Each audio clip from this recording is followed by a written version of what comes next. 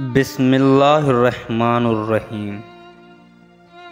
پیارے دوستو، حضرت علی نے فرمایا، جھوٹ کا بھی ایک ذائقہ ہوتا ہے، جو خود بولو تو میٹھا لگتا ہے، کوئی اور بولے تو کڑوا۔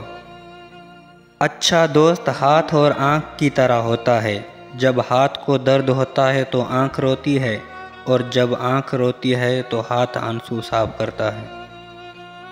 حضرت علی فرماتے ہیں، انسان کی پہچان علم سے نہیں ادب سے ہوتی ہے، اس لیے کہ علم ابلیس کے پاس بھی تھا لیکن ادب سے محروم تھا۔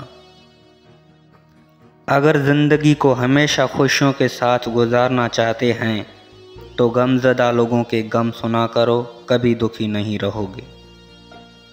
حضرت علی فرماتے ہیں، کیسے بھی حالات ہوں دعا مانگتے رہیں، خیر مانگتے رہیں، معجزے ہونے میں دیر نہیں لگتی۔ بے وقوف انسان وہ ہے جو اپنی بد کلامی پر فخر کرتا ہے۔ حضرت علی فرماتے ہیں، جس انسان کی جان نکل جائے تو وہ زندہ نہیں رہتا، اور جس انسان سے احساس نکل جائے تو وہ پھر انسان ہی نہیں رہتا۔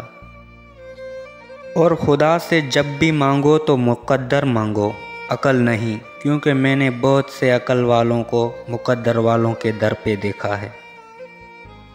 سوچ سمجھ کر بولا کریں، الفاظ نسلوں کا تعارف کرواتے ہیں۔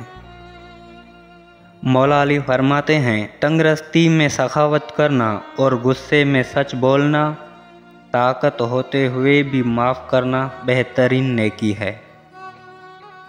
دو باتیں ساری زندگی کام آئیں گی، ایک غصے کی حالت میں کوئی فیصلہ نہ کرنا، دوسری خوشی کی حالت میں کوئی وعدہ نہ کرنا۔